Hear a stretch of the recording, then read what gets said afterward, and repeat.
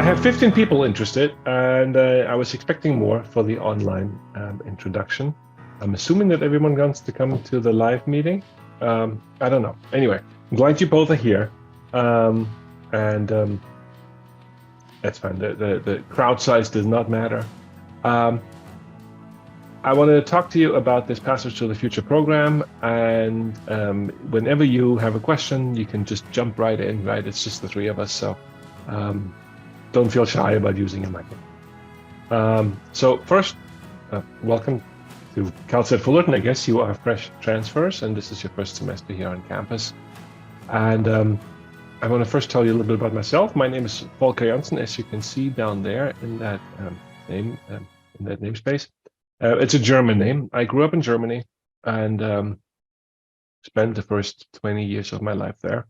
Then started traveling around and eventually made myself here. Made my way here.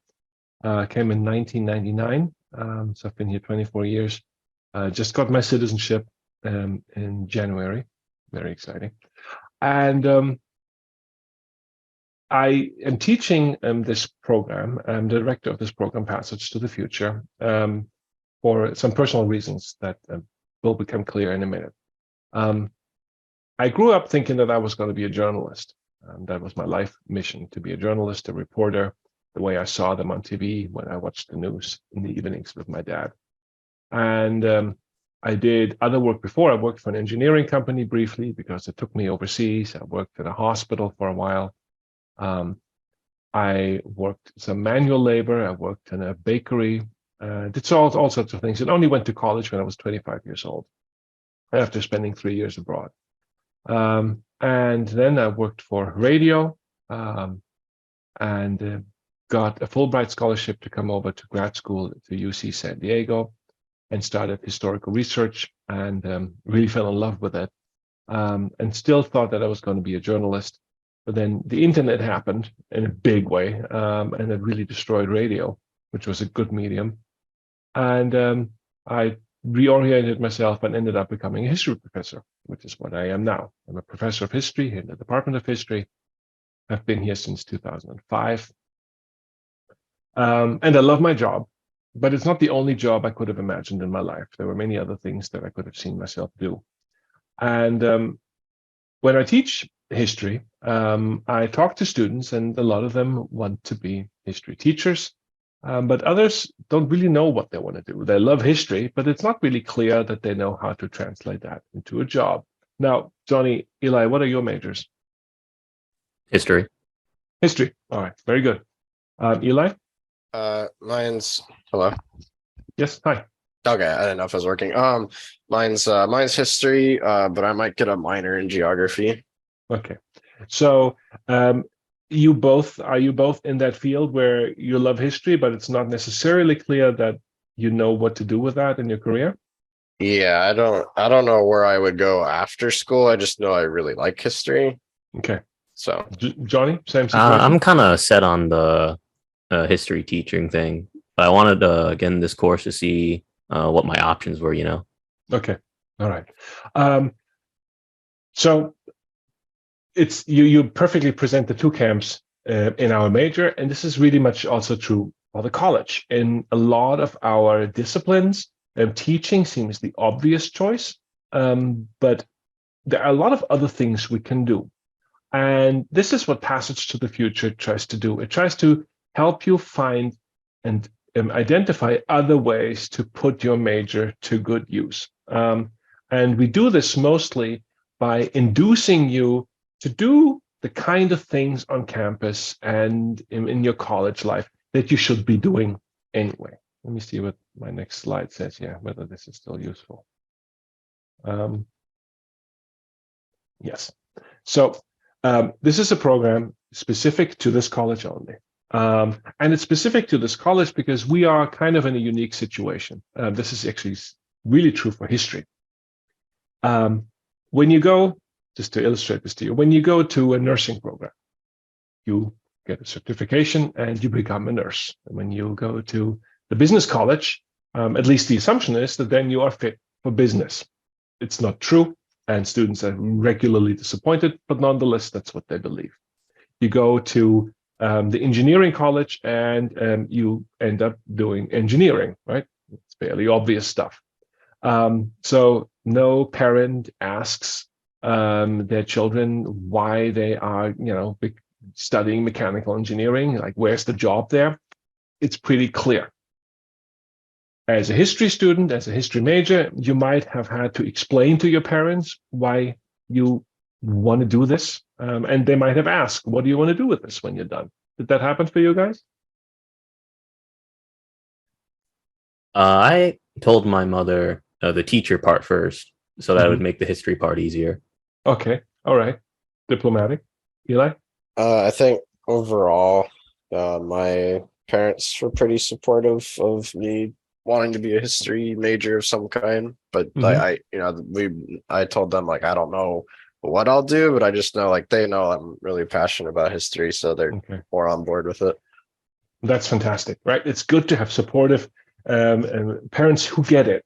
Not everybody gets it, and that can be difficult. If you say if you want to do a philosophy major, and maybe your parents, they see you be the first in the family to go to college, and this is meant to give you a better job, a brighter future, and you study something that no one knows how to really put to work, right? So it can be a little unsettling, can make you a little nervous. Am I spending 4 years or 2 years of my life learning something that won't help me at all? That's a hard burden to bear for majors in the humanities and social sciences. And in the last 12, 13 years, I don't know whether you're aware, people have always talked about how you need to get an engineering degree, how math is the future, how, on all sides of the political spectrum, talk about how they need to get like applicable skills so you can go right into the workforce. So humanities and social sciences, as a result, have seen fewer majors because a lot of people fear that they don't know what to do with that. I often compare the humanities and social sciences with other colleges with hydrology. So bear with me. Um, the health and human development, that college is more like a deep channel, like a canal. It points you very clearly where your future will flow, and you will be part of a stream of a workforce that knows exactly where they're going to be. Nursing, health professions. That's really clear. There's not much of a mystery there. Same for engineering. A lot of people believe it's the same for business. It's not quite true. But in humanities and social sciences, it's much more like a delta. So a lot that your streams go many different ways that tend to be smaller, very more meandering, that tend to move slower, and that's really describes the reality of career futures for people in our college, and especially also for history. That your jobs can be many. Teaching is definitely one of the channels in this broad delta, but there's a lot. There's over 100 different careers that I have counted amongst our history alumni. 100, and they really run the gamut, and that really tells you what a breadth this is. So, what Passage to the Future does is we help you explore career options and develop yourself professionally so that you can chart your own path. Not that you are being told this is where you got to go, this is where the money is, but that you chart your own path and that you build the confidence that you can do this. So that's what we try to do. And we try to do this in a variety of different ways. At the core of it is participation in educational and experiential learning opportunities that kind of round out your college experience. So you do your coursework, you have already met maybe with your history advisors, and they tell you what you need to do for your major, what your upper division GE requirements are. But that's all really focused on meeting your graduation requirements. Not enough people are talking to you about where that will take you. And for that, you often need to do this sort of on your own. And this is where we come in and we try to help you get to that point. I'm going to leave my trusty PowerPoint here and go to our webpage. Oh, no, that's wrong. This is the one. And I hope you can see this. Can you see this? Yeah. All right. Okay. Looks fine. It's a little messy here on my. Okay, I didn't necessarily want to share this. Okay, hold on there. Okay, all right. Too many things in the open. So this is the website for Passage to the Future. The idea is that you gain points over time with activities that you should be doing anyway, and that we make you do so that you earn a certificate, and in the end are entitled to earn access to a paid internship, and also participate in sort of a culminating event. We call it Titans Reach Higher Weekend.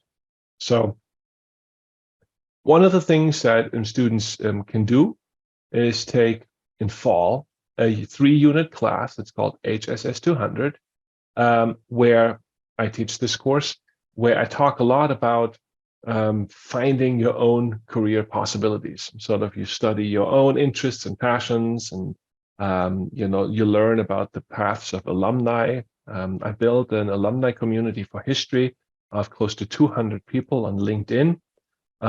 So I have a deep pool sort of to dip into and to sort of pull out examples of the kind of lives people have built with their history degrees.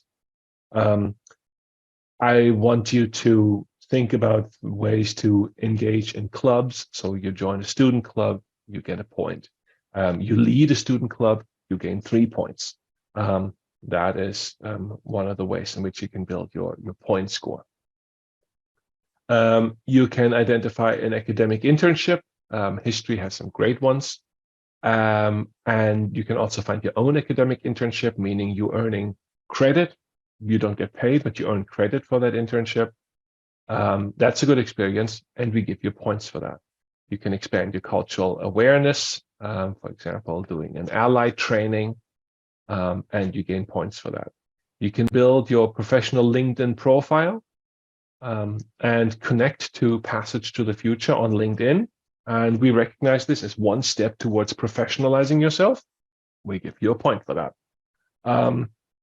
Those are the kind of things that we are encouraging you to do. If you are clicking down here at certificate, you can see exactly how that works. So here's the point scheme. Maybe a little small for you to see. Let me stop my share and specify my share screen to just the page. That might make it better. Should maybe a little bit more visible for you. So there are the career preparation points, up at least 4 of those. You can meet with an HSS career specialist. We have a career center that focuses on ideas for majors in the humanities and social sciences, and they can help you discover kind of the things that are out there. Johnny, you might right now think that you're absolutely going to be a teacher, no question, but then you may learn things where you think like, wait a second, I can be teaching in all sorts of different scenarios. I can be working for a tech company, but ultimately end up sort of teaching history to a different kind of audience. That's a possibility. Complete a Design Your Life workshop, which is pretty excellent tool that the Career Center developed that help you sort of figure out what's important for you, where your priorities are, and then learn how to be true to your own priorities so that you don't chase somebody else's dream, but you make your own. You attend a career fair expo, gain a point for that, or go to one of the many workshops that the center offers. There are typically at least 2, usually 3 workshops that the Career Center offers every week. So, you can attend a ton of these. There's the LinkedIn. You can do a job shadow program. It's called Titan Takeover. That you can Google that easily and find it. Here's the course. Now we come to the learning elements. There's the Passage to the Future course. There is diversity initiative workshop. There is the ally training. There is LinkedIn Learning. CalSTAT Fullerton has a partnership with LinkedIn Learning that lets you complete LinkedIn Learning courses. They last between 2 and 8 hours, and they can teach you specific skills. So if you say you're interested in working in the tech sector and think that history actually has a place in tech, which it does, but you don't really know the language of coders, take 1 or 2 LinkedIn learning seminars, and you can put on your resume at the bottom skills, familiar with whatever the coding language may be, or you want to you want to work in HR, which is far more interesting than that sounds. And you can build yourself some skill sets through LinkedIn Learning that is not a college minor or major, but it is a skill set that you have in your resume that gets you through the door and that gives you a chance to talk to the people that ultimately want to do the hire. You could become a student organization, become a leader. We already talked about this. Passage to the Future course. This is not the same as this down here, the HSS 200.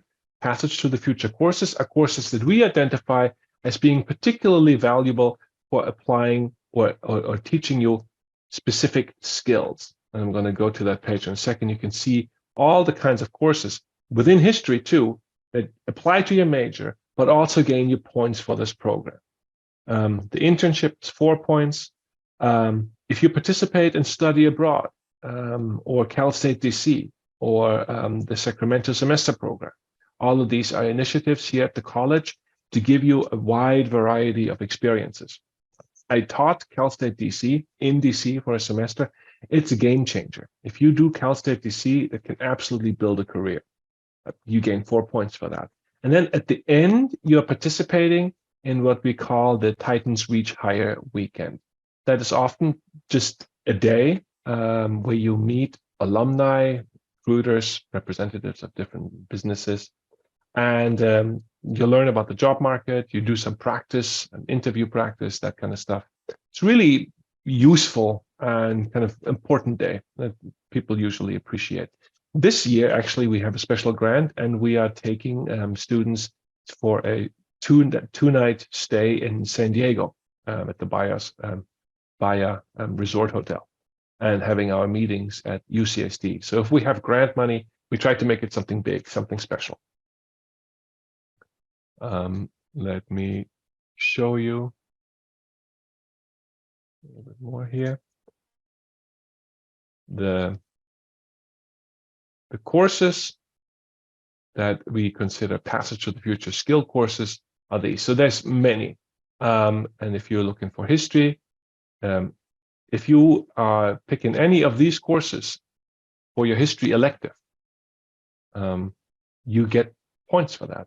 You can also take, since you as a history major and most other HSS students have majors that leave some room between the 120 unit minimum necessary for graduation, the GE field package, and the major package. Usually there's about 12 units left. So you can take a couple of courses just for the fun of it.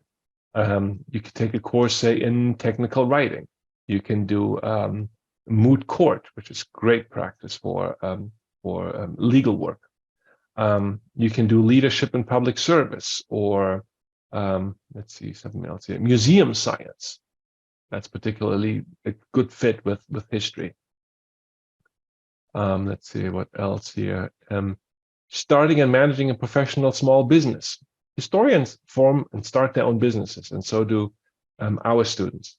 Learn how to work in a nonprofit organization. If you think the things you learn in history are good for things that matter today, that aren't necessarily profit-making schemes, but make our society better, and you want to work in a nonprofit, that's a good course to put onto your list. You gain points for that. I think you get the point here. These are courses that sort of expand your horizon a little bit beyond just loving history. And here are some roadmaps, some suggestions about how you can meet those passage points fairly easily. So in the first semester, now this is built for a fall semester beginning. This wouldn't apply to you. You can take Passage to the Future only in the fall. But you can set up a LinkedIn account this semester. You can connect to our Passage to the Future LinkedIn presence, get a point. Join a student organization, get a point. And you could join Passage to the Future HSS 200 in fall, enroll in another Passage to the Future course, so any of our public history courses, you get points there. Meet with an HSS career specialist, you're getting another point, and so forth. Then you will soon become eligible for our weekend, whether this is a one-day here locally or indeed a trip somewhere, gets you 2 points, and so forth. And you will easily make it to 15 points and then get the certificate. The certificate is, of course, nice, but what's really important is all the things you do in the process. In the end, the certificate will be a nice piece in your portfolio, but more important are the things that you learn along the way and the ideas you get for your own career paths, especially for history, but also for the other majors in the college. I always emphasize that right now, it's maybe, I don't know, Eli, Johnny, what are your topics that you're particularly passionate about in history? For me, it's like the 20th century is like usually what I like to focus on. Mm-hmm. Just because there's like, Any, I was just kind of like I mean, I like military history a lot, but I think more lately I've been really into like something when I was a kid, I was like, oh, this is kind of boring, the like the political side. But now as I've gotten older, I'm like, well, this is actually really interesting to find out why this happened or how this person got in this position, Yeah, good. Johnny? I wanted to be a U.S. history teacher, and I still do. So just throughout that. But lately, I've been getting really into it's called strategic studies. So a lot of what's been going on in the news and all that, and the history behind it, I find really interesting. Yeah. The Ukraine war, for instance, is an example where this kind of strategic thinking of historians is incredibly useful. And there are centers in the United States and Europe where people commit themselves to these sort of strategic studies, as you say, and become experts on, say, predicting the probabilities of the war outcome, either for Russia or for Ukraine. And military history, which I teach and hope to offer maybe next summer or somewhere thereabouts. The things you learn, say, about World War II, you will, Eli, most likely not get hired in a job because you really know everything about D-Day, unless you work in the museum that has an exhibit on D-Day, which our students do as well. We have students who sort of, worked at the Smithsonian and then moved on into exhibits in other museums elsewhere. But most likely, people will really appreciate the things you have learned from studying D-Day or World War II, the variables in, say, a large operation, appreciating different motivations for different participants in a big organization. The things that sort of explain success or failure and how complicated that can be, we learned it in history, sometimes much better than, say, learning a business class.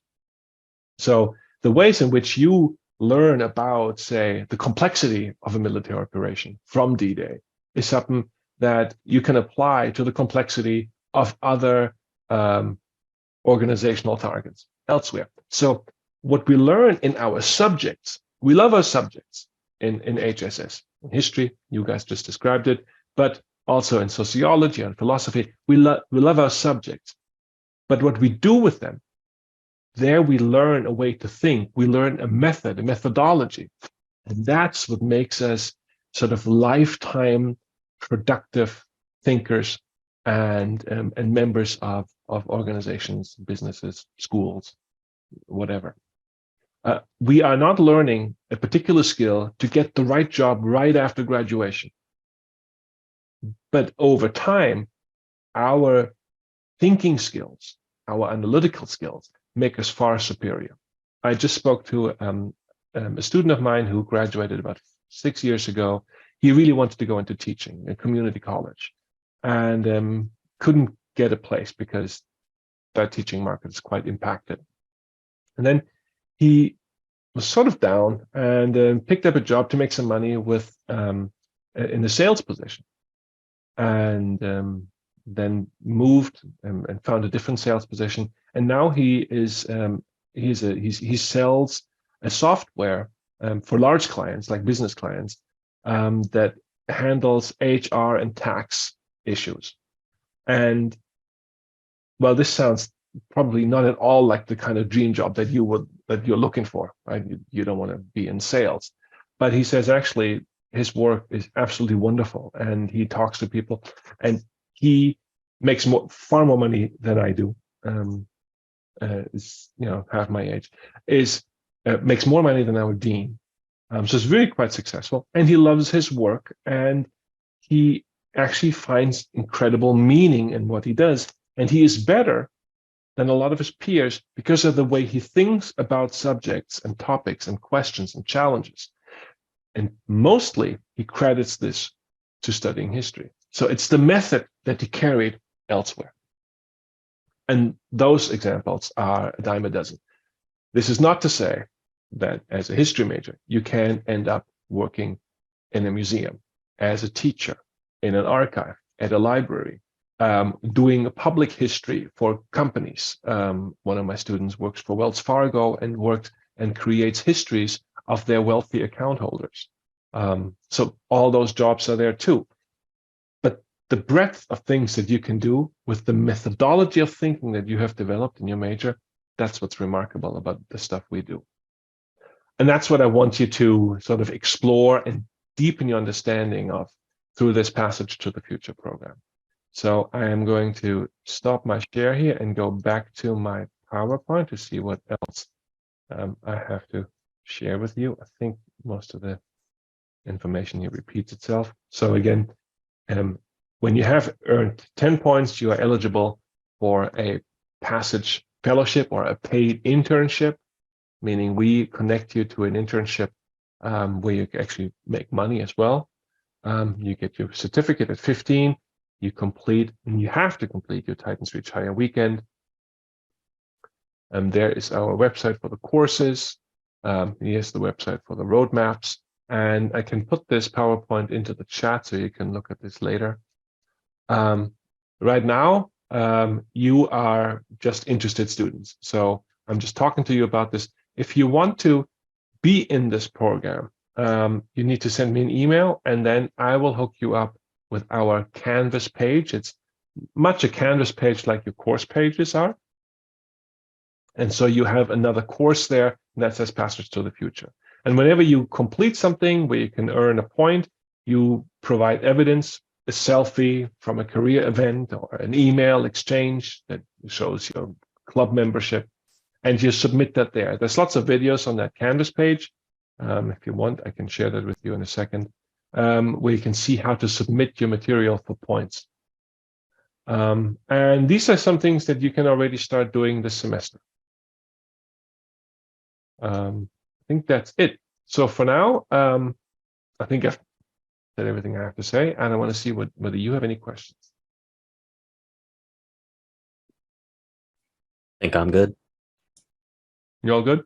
I was gonna say, how long has this program been around for? How long has it been around for? We Mhm. started this 2 years ago. Okay. It's is there a lot of people who get involved with this program, or? We get a lot of initial interest, Mhm. and our class, our HSS 200 class fills. Not everyone sort of maintains their focus and completes their points. So our inaugural program right now this summer, at our Titans Reach Higher weekend, we expect 16 students to sort of graduate from the program. It's not as large as I would like it. I think every student would benefit from this, but it requires you to think past your graduation day and your course needs towards building your professional profile. And it's not every student recognizes right away that you should now actually think about what you want to do when you're done. A lot of students only start thinking about what they want to do when they're done, once they're done. And that's a bit of you can plan better. Yeah. And so the students that understand that it's important to plan ahead, and the students that are interested in the variety of that HSS can do for them, they are in this program. But that's not the majority of students. Okay. Another question I kind of have, because it kind of relates to what you were saying, is like people focusing like on their course requirements. Will this, like, I mean, obviously a lot of the courses like you recommend are history related. Will they help us like fulfill our degree while we plan for the future? Absolutely. So none of the work that you would put into doing things to gain your passage points will detract or sort of take you off course on your path to graduation. So let's say for history, if you plan on completing an internship this summer, if you find an internship this summer, that is 3 units to your history major in the electives, right? And absolutely useful, gains you points. If you take a public history course, you can apply that either to your U.S. history regional field requirement, if you are familiar with the way your major is built right now, and you gain points, right? Going to a career center event, that's nothing you need to do for your major, but it's something you should do for yourself. Joining a club like the History Student Association or Phi Alpha Theta, the History Honors Association, connects you with your history students. So you're getting a point. So it really aligns quite well. So there's never a point where you're doing something that completely takes a lot of time away from what you should be doing. And then remember that your major has 45 units. And your GE is about 60 units, right? So in the end, you will actually end up be left with units that you have to complete in order to reach your 120 unit limit, because you can only graduate once you have completed 120 unit. That's your transfer units and your CSUF units, right? So there's a gap between everything you do for your major to meet the major and everything you do for your GE. There's still a gap until you can graduate. That's about 15 units. And that's where you can say, do study abroad. You can also apply that to your electives in your major, of course, but you can do study abroad. You can take a course on a non-profit organization or how to build a small business. Those courses are incredibly useful and are also necessary for graduation. But you have a wide choice of courses you can take there. And we encourage you to make some smart choices with your units so that you build your professional profile. Does that make sense? Yeah, that makes sense. I guess another thing to build off that, I was kind of wondering, like, would you be somebody like we could talk to help us kind of like plan what kind of classes? Yes, absolutely. So first of all, you will end up talking to me on one occasion or another because you're history majors, right? You may find me in the class as well. But also, whenever you have a question about Passage, I'm the director and you talk to me. So if you sign up for the Passage program now and you complete this for the next 2 years, you will be in touch with me for the next 2 years. Not every day, not every week, but once in a while. And if you have a question about, hey, what course should I take? Or if you want to talk about a career idea you have and you say, I want to figure out what you think here. Do you have any suggestions? That's what I'm there for. Okay. Thank you. Those are the questions I had for now. Okay. Very good. So Eli, once you send me an email, I connect you to the Canvas course page and then you become a member. Johnny, are you interested or do you have any questions? I just thought of a question. What sort of internships are there available? Is there a pool that you're sort of in collaboration with, or is it worked out at the end?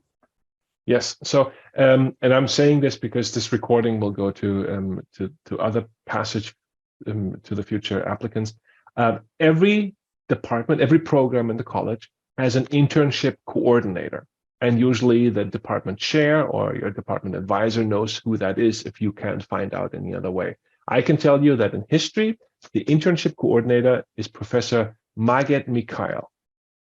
Maybe you have met him in a course already. I'm going to put that name in the chat here. Hold on one second. I'm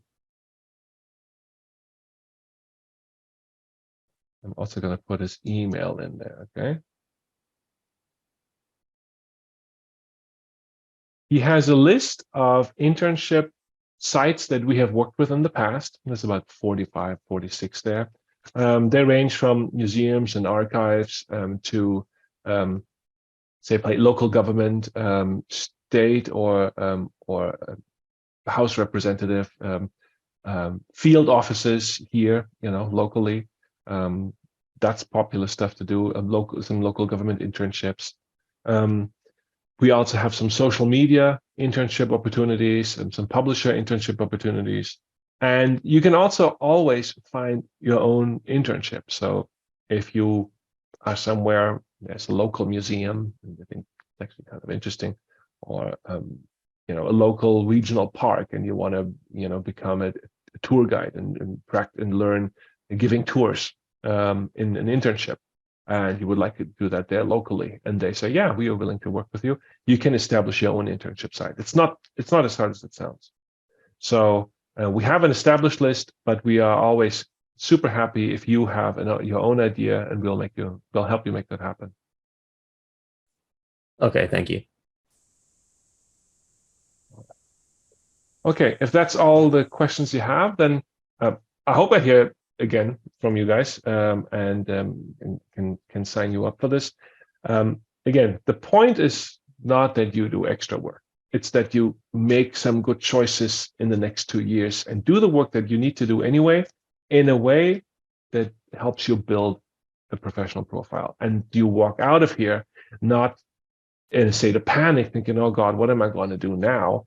But with an idea that, there's a couple of things you have in mind, and you're going to explore that, and you have a plan. Specifically on history, I will tell you that lifetime earnings for history majors are absolutely comparable with other sort of considered more profitable majors, like business, absolutely competitive.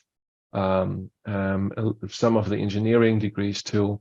So a history major over the lifetime makes good money. They make a little less at the beginning, but after 5, certainly after 10 years, they have caught up, and sometimes more than caught up. I think the lifetime earnings for philosophy was similarly impressive, maybe even more so.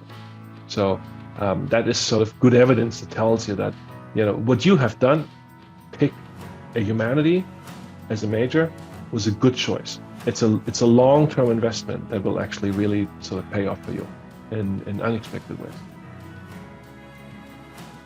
All right, if you have no other questions, then we can end it here. I'm going to send the recording to all those people who clearly wanted to show up and didn't do it.